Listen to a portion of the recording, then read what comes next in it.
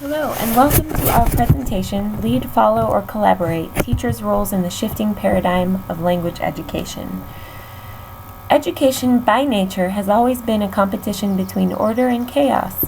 On the one hand, teachers and learners alike have always sought freedom in their pursuit of knowledge.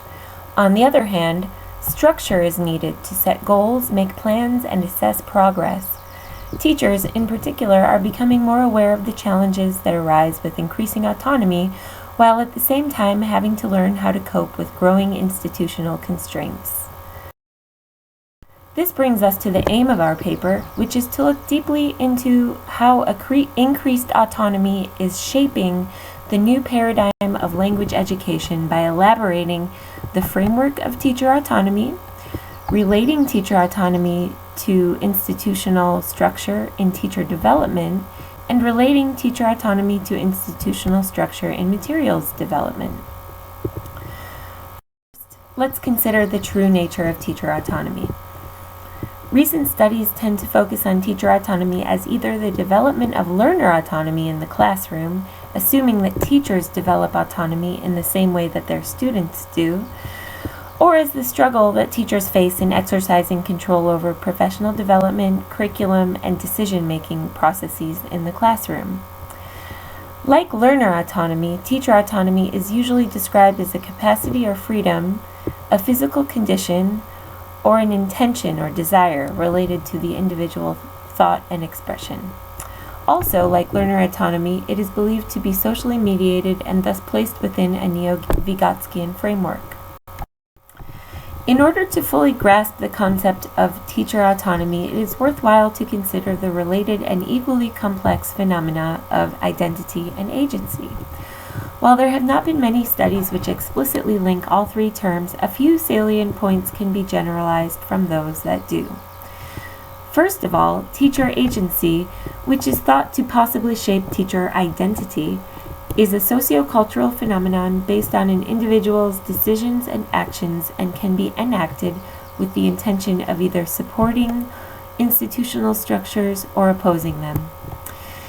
It is related to teacher and learner autonomy with its emphasis on individual freedom and sociocultural context, but it focuses on reflexivity, whereas autonomy focuses mostly on control.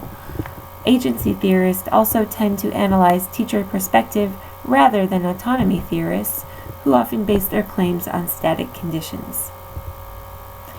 Some literature suggests that agency fosters autonomy, but the relationship has not yet been clearly established. It could be that autonomy fosters agency, or the relationship between the two constructs could be reciprocal.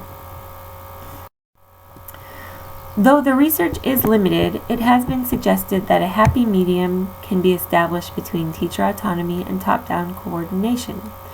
However, teachers find their own means of exercising autonomy in the face of tightly controlled top-down contexts.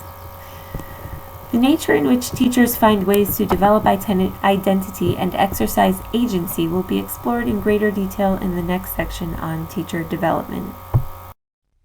So now let's look at language teacher education and professional development and how this is related to teacher autonomy.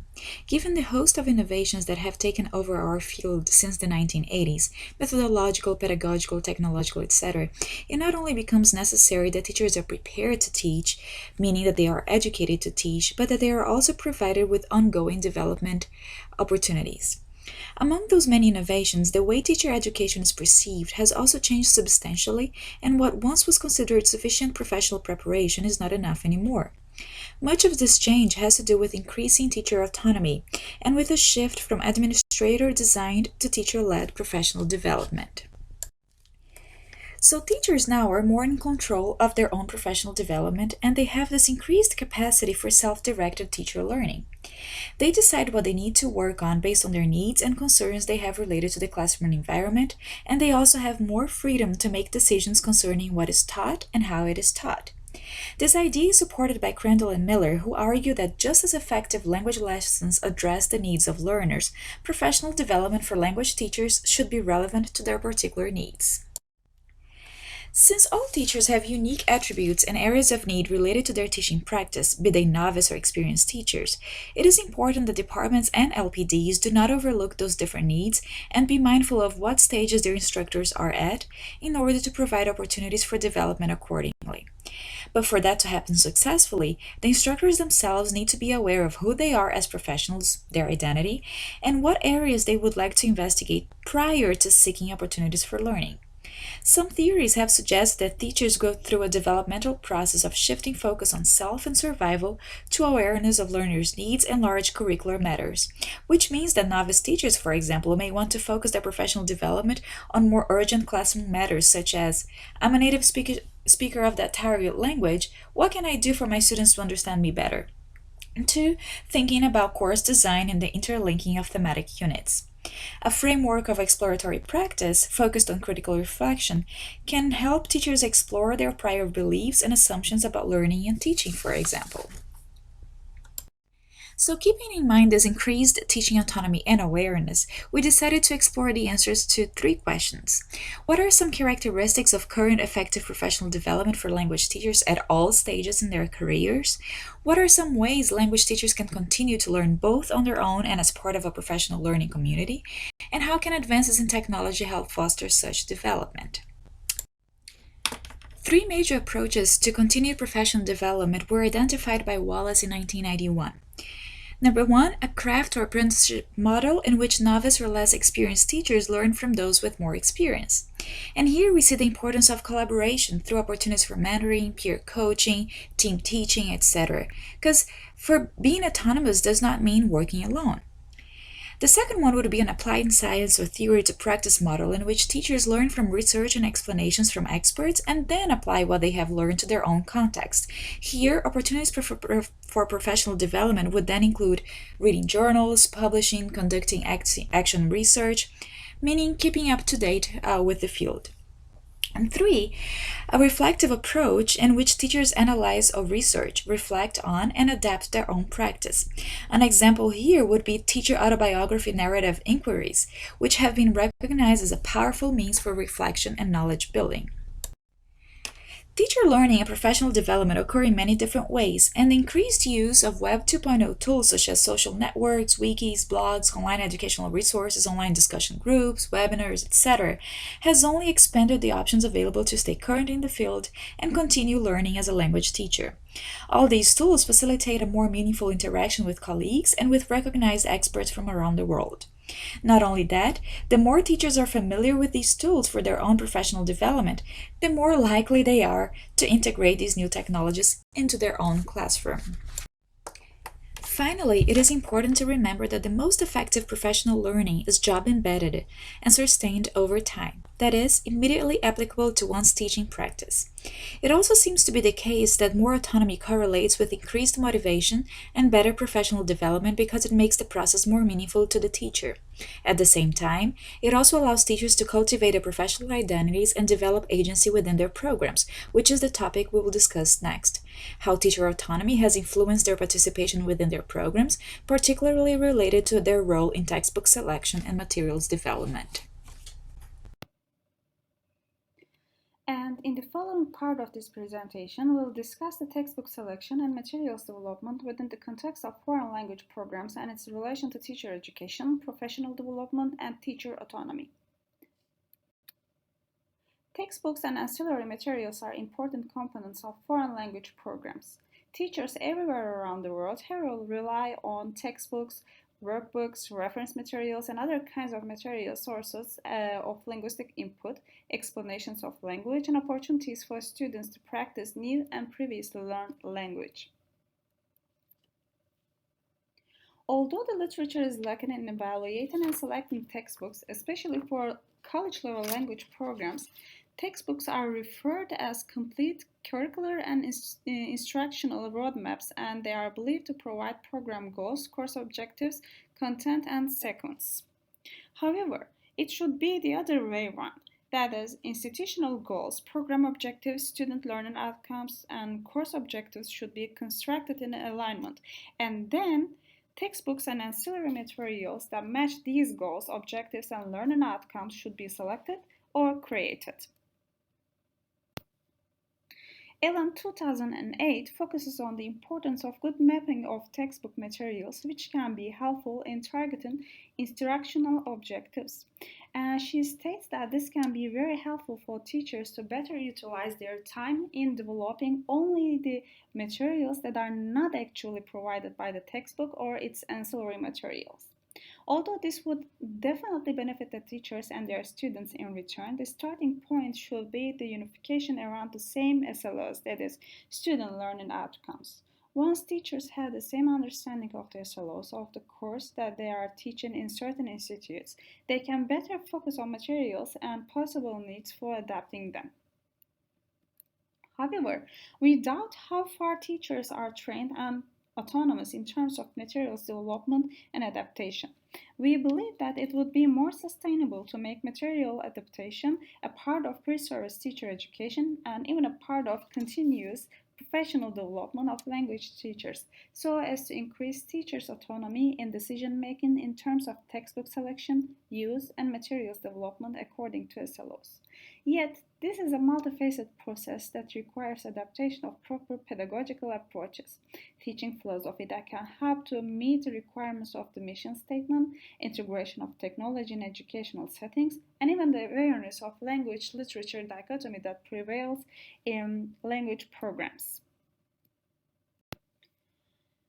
To start with the pedagogical underpinnings of foreign language textbooks, as Waters 2009 states, communicative language teaching seems to be the most influential methodology and most commonly referred one in textbooks. As an indispensable reason or result of this, mission statement of many language schools and teachers' teaching philosophies have been formed around communicative language teaching recently.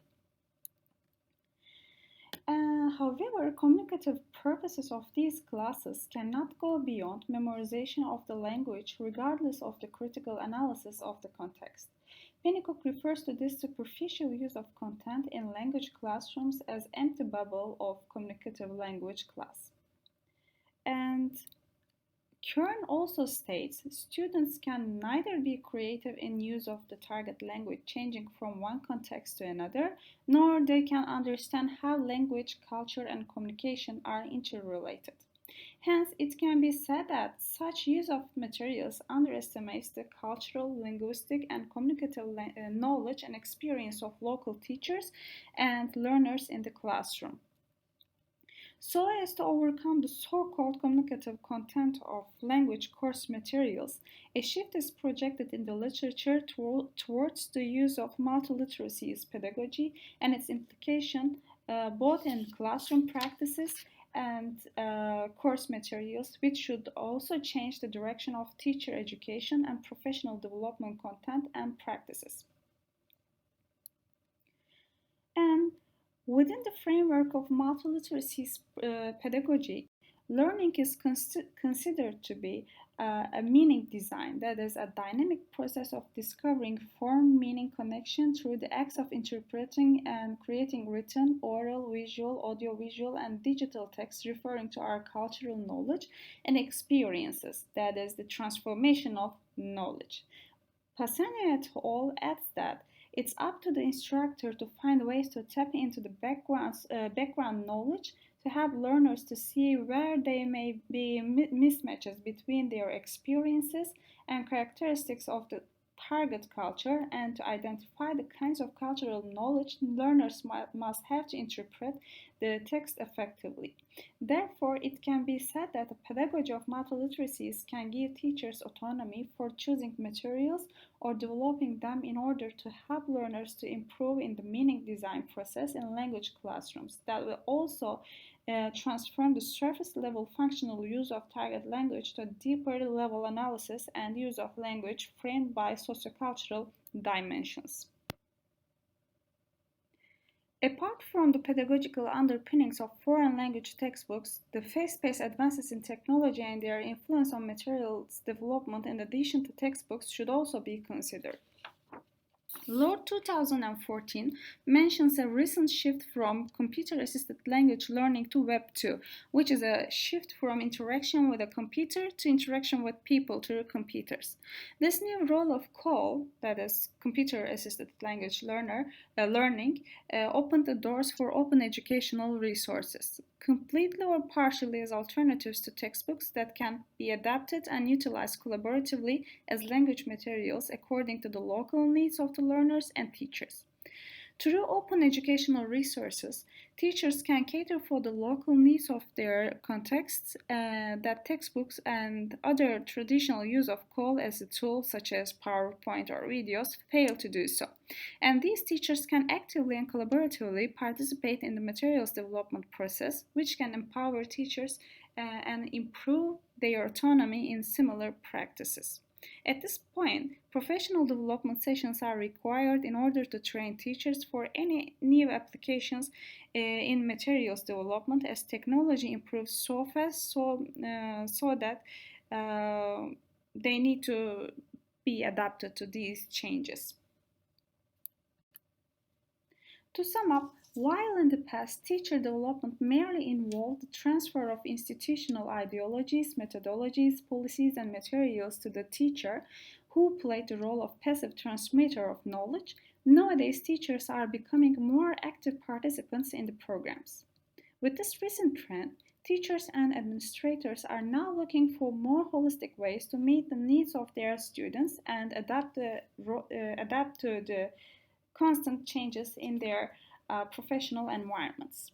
The question then is how to most effectively incorporate this transformation into teacher and materials development, enhancing teacher autonomy. Thank you very much for listening to our presentation. We are looking forward to hearing your comments and questions.